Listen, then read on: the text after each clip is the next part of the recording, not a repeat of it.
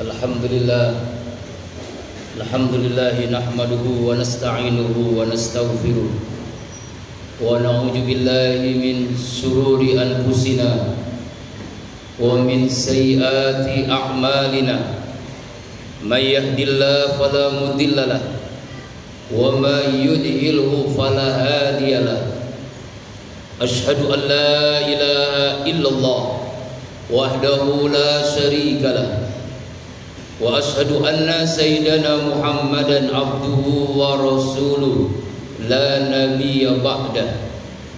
Allahumma salli ala sayyidina wa maulana Muhammadin wa ala alihi wa ashabihi wa man tabi'ahu bi ihsanin ila yaumiddin.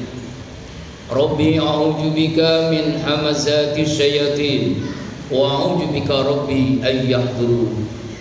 Subhanaka la ilma lana illa ma 'allamtana innaka antal alimul hakim. La haula wala quwwata illa billahil aliyil azim. Amma ba'du. Qala Allah ta'ala fil Qur'anil Karim wa huwa asdaqul qailin. A'udzu billahi minasy syaithanir rajim. Bismillahirrahmanirrahim. Qad aflaha man zakkaha wa qad khaba man dassaha. Wa qala Rasulullah sallallahu alaihi wasallam, innallaha la yanzuru ila suwarikum wala ila ajsamikum wala ila amwalikum walakin yanzuru ila qulubikum wa a'malikum. Sadaqallahul azim wa sadaqan nabiyil karim wa nahnu ala zalika minasy syahidin wasyakirin walhamdulillahi rabbil alamin. Faya ibadallah usikum wa iyaya bitaqwallah faqad fazal muttaqun. Ittaqullaha haqqa tuqatih wa la tamutunna illa wa antum muslimun. Ma'asyiral muslimin wa jumratal mu'minin, sidang Jum'ah Masjid Al-Mujahid rahimakumullah. Tidak ada sikap yang terbaik sebagai hamba Allah yang bertauhid. Cepat atau lambat semua kita akan menghadapi kematian, kecuali langkah takwa yang selalu menyertai kita dimanapun, kapanpun, dan dalam kondisi bagaimanapun. Ma'asyiral muslimin rahimakumullah, seringkali nafsu yang ada dalam diri kita atau terbesit dalam hati kita, orang bahagia itu adalah orang yang memiliki harta yang banyak. Orang yang bahagia itu adalah orang yang punya kekuasaan yang tinggi. Orang yang bahagia itu adalah orang yang terkenal. Orang yang bahagia itu adalah orang yang gagah, yang tampan. Seringkali terbesit atau pikiran kita seperti itu, dan itu boleh-boleh saja.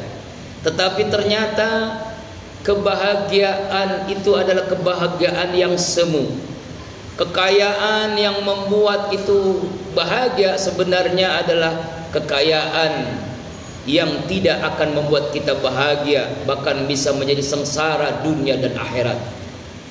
Dalam sejarah kita lihat bagaimana Qarun yang kaya raya, akhirnya Allah tenggelamkan bersama harta kekayaannya. Fir'aun yang hebat dengan kekuasaannya, Allah tenggelamkan di Laut Merah. Bal'an yang pintar kecerdasannya, Allah hanya mengirimkan makhluk kecil namanya nyamuk masuk ke dalam telinganya, dibor itu otaknya hancur, meninggal dunia dalam keadaan tragis. Orang yang terkenal Abu Jahal, Abu Lahab, bahkan Allah mengutuknya jelas dalam surah Al-Lahab, tabbat yada abi lahabi wa tab. Bahkan keturunannya pun bagus, hebat, tetapi Allah hinakan dunia dan akhirat.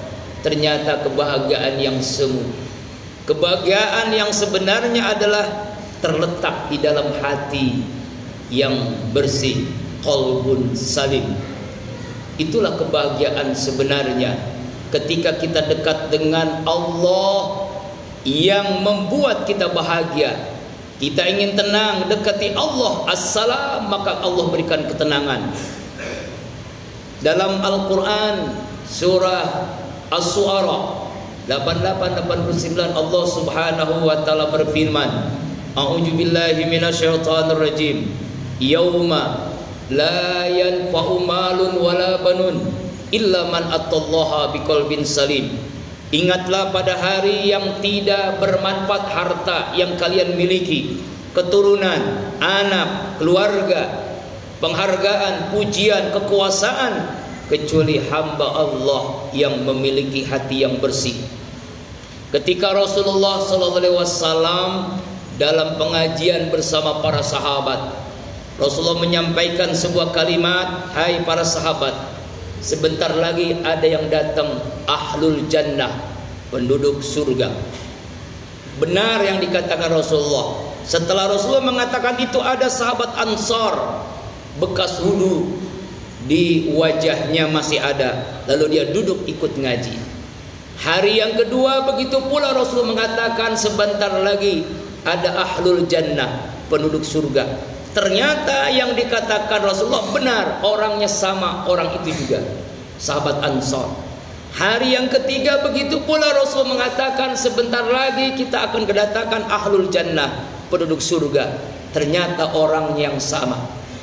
Sahabat namanya Abdullah Amr bin As penasaran, kenapa orang yang seperti ini yang dikatakan Rasulullah ahlul jannah, ada apa gerangan? Selesai pengajian, sahabat Amr bin As berjumpa dengan sahabat Ansor ini. Hai sahabatku, mohon maaf, saya punya masalah dengan keluarga. Bolehkah saya menginap 3 hari 3 malam di rumah antum? Silahkan tafadhol. Cuma maaf, rumah saya sederhana, mungkin hanya ala kadarnya yang bisa saya ikuti. Tapi kalau antum mau menginap, silahkan tafadhol. Akhirnya bahasa diplomatis Abdullah bin Ar ini, dia dipersilahkan untuk menginap 3 hari 3 malam. Dia ngintip, dia melihat apa yang dilakukan sahabat Ansor ini. Dia lihat ibadahnya, ternyata sama aja dengan ibadahnya dia. Dia lihat zikirnya, sama aja. Baca Al-Qurannya, sholatnya sama saja, tidak ada yang istimewa. Tidak lama-lama banget gitu ketika sholatnya, tidak lama-lama banget baca Al-Qurannya. Tapi kenapa Rasul mengatakan dia ada ahlul jannah? Selama 3 hari 3 malam, akhirnya Abdullah Amr bin As mengatakan kepada sahabat Ansar, mohon maaf, saya sudah 3 hari 3 malam menginap di rumah antum. Hari ini saya pamit.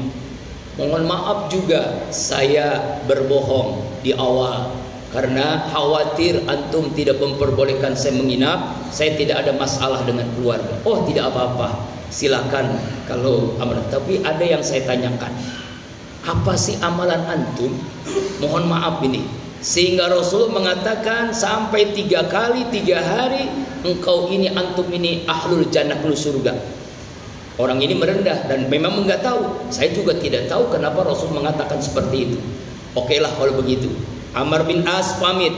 Di depan pintu beberapa saat kemudian sahabat Ansar memanggil, hai sahabatku, sini, saya ada yang ingin dibicarakan.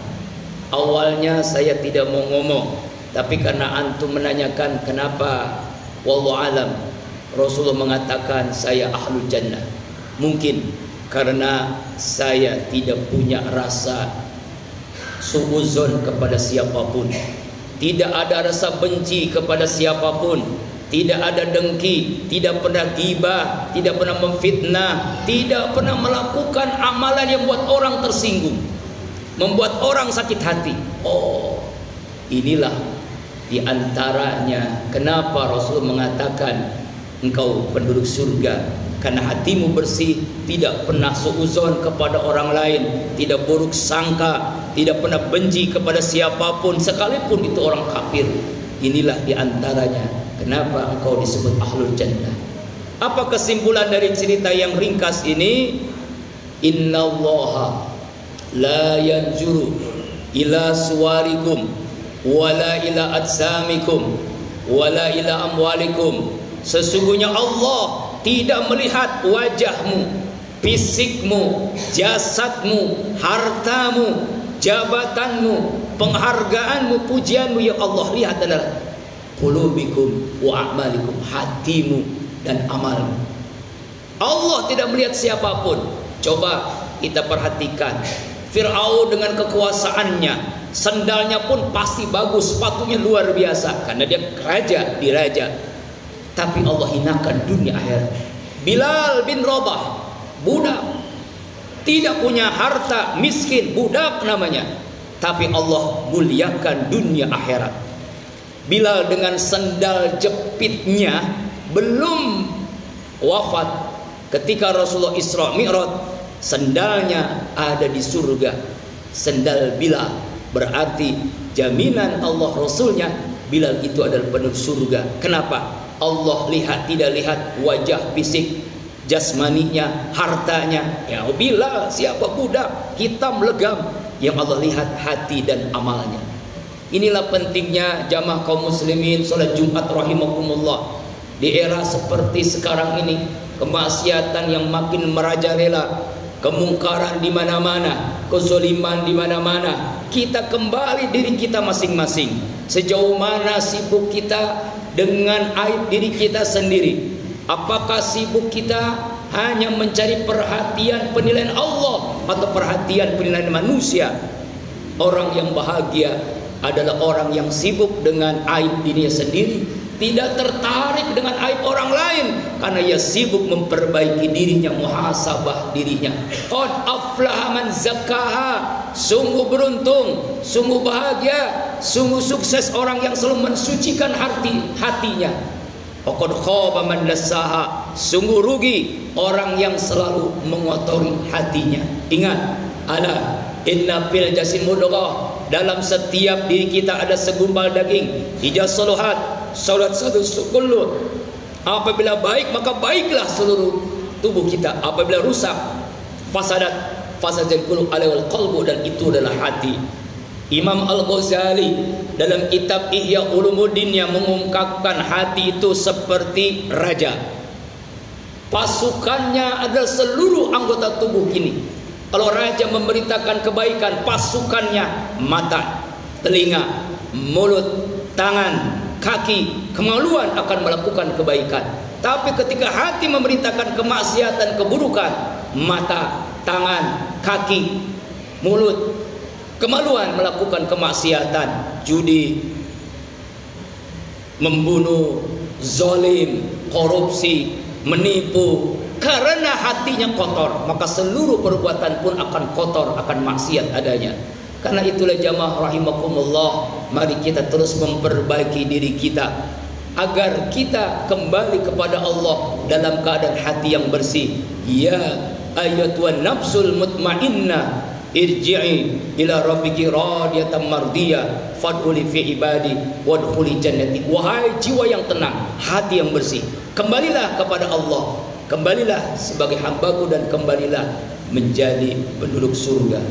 Sebuah kisah menarik ketika ada orang yang kaya raya, harta berlimpah, rumahnya banyak, mobilnya banyak, hartanya di semua bank pun ada, tapi tidak ada kebahagiaan. Suatu saat dia sedang mencari tanah untuk investasi, ada rumah gubuk kecil, pengen tahu ini tanah siapa. Ketika mau bertamu, ada aki-aki yang sedang sholat duha. Dia tidak berani untuk mengucapkan salam. Dia lihat, selesai sholat duha 2 rakaat, aki-aki yang berada di gubuk reot itu mengucapkan kalimat Alhamdulillah. Sholat duha berikutnya sampai 12 rakaat. Dan selesai setiap sholat duha 2 rakaat, 2 rakaat, 2 rakaat selalu mengucapkan Alhamdulillah. Setelah itu dia berdoa. Barulah setelah itu orang kaya ini ketok pintu mengucapkan Assalamualaikum. Alhamdulillah. Aki-aki itu mengucapkan Alhamdulillah dulu, baru Waalaikumsalam. Ada apa? Saya ada perlu dengan Bapak. Alhamdulillah. Berkali-kali ucapan alhamdulillah diucapkan oleh aki-aki itu. Akhirnya dia tidak jadi menanyakan permasalahan dunia. Dia menanyakan, "Pak, maaf, Bapak ini sudah rumahnya kecil, reot, nggak punya apa-apa. Tapi Bapak ini luar biasa. Saya dari awal melihat Bapak sholat duha, selesai sholat duha alhamdulillah, rakaat berikutnya alhamdulillah, saya mengucapkan salam, sebelum menjawab Bapak alhamdulillah, sebelum saya ngomong Bapak alhamdulillah." Kenapa alhamdulillah? Apa jawaban Bapak tadi, aki-aki tadi? "Fabi ayyi ala rabbikuma tukadziban." Allah, apa yang terjadi jamaah kaum muslimin? Orang kaya ini nangis sejadi-jadinya. Ini mendapatkan nasihat yang luar biasa, nasihat yang langsung menusuk ke hatinya. Akhirnya, "Mohon maaf Pak, saya tidak jadi, saya pamit pulang." Pulang ke rumahnya, bertemu istri, dia nangis sejadi-jadinya. Istri bingung, "Ada apa Pak? Kenapa Bapak nangis?" "Saya baru mendapatkan nasihat yang luar biasa." "Kenapa?" Dia menceritakan apa yang terjadi. "Oke, kalau gitu kita taubat, mohon ampun kepada Allah. Selama ini harta berlimpah tidak membuat kita bahagia, bahkan gelisah setiap hari." Lalu dia datang kepada aki-aki, singkat cerita karena waktu. Datang ke rumah aki-aki tadi dengan istrinya, "Assalamualaikum." Seperti biasa, alhamdulillah, selalu alhamdulillah. Lalu, "Mohon maaf, semoga Bapak tidak tersinggung.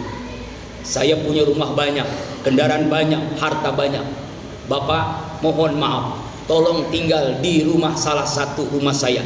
24 jam supir saya akan melayani apa yang Bapak mau. Jangan memikirkan apapun, silakan Bapak ibadah full 24 jam. Seluruh apapun yang diinginkan saya akan." Dia selalu mengucapkan alhamdulillah, alhamdulillah, alhamdulillah. Fabi ayyi ala. Apa kesimpulan dari cerita yang simpel ini? Ternyata kebahagiaan itu diletak di hati. Seorang yang dekat dengan Allah, dia selalu mengucapkan alhamdulillah. Itu yang kita lakukan ketika sholat. Ketika kita sholat, kita membaca Al-Fatihah. Dalam Al-Fatihah setelah bismillah membaca alhamdulillahirabbil alamin. Dalam kondisi apapun, kita sehat, kita sholat, alhamdulillah. Kita sakit, kita sholat, alhamdulillah. Kita banyak masalah, alhamdulillah. Banyak utang, alhamdulillah. Sampai keluarga kita wafat, orang tua kita jadi imam sholat misalnya jenazah. Setelah takbir yang pertama, setelah bismillah kita membaca apa? Alhamdulillahirabbil alamin. Kenapa alhamdulillah? Karena lillah. Kenapa lillah? Karena yang ngatur hanya Allah. Semoga khutbah singkat ini memberikan mahkamah kesadaran bagi kita. Orang yang bahagia adalah orang yang bersyukur atas nikmat Allah. Orang yang bahagia, dia menikmati hidupnya dengan kedekatan dia kepada Allah. Segala apapun yang terjadi adalah orbit takdirnya Allah. Ya Allah, hamba bukan menolak takdirmu.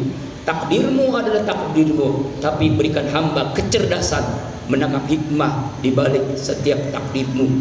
Barakallahu li wa lakum fil Qur'anil Karim wa nafa bima fihi minal ayati wa zikril hakim wa taqabbala minni wa minkum tilawatu innahu samil alim. Aku li qauli hadza wa astaghfirullah li wa lakum wa lisairil muslimina wal muslimat wal mu'minina wal mu'minat fastaghfiruhu innahu wal ghafurur rahim.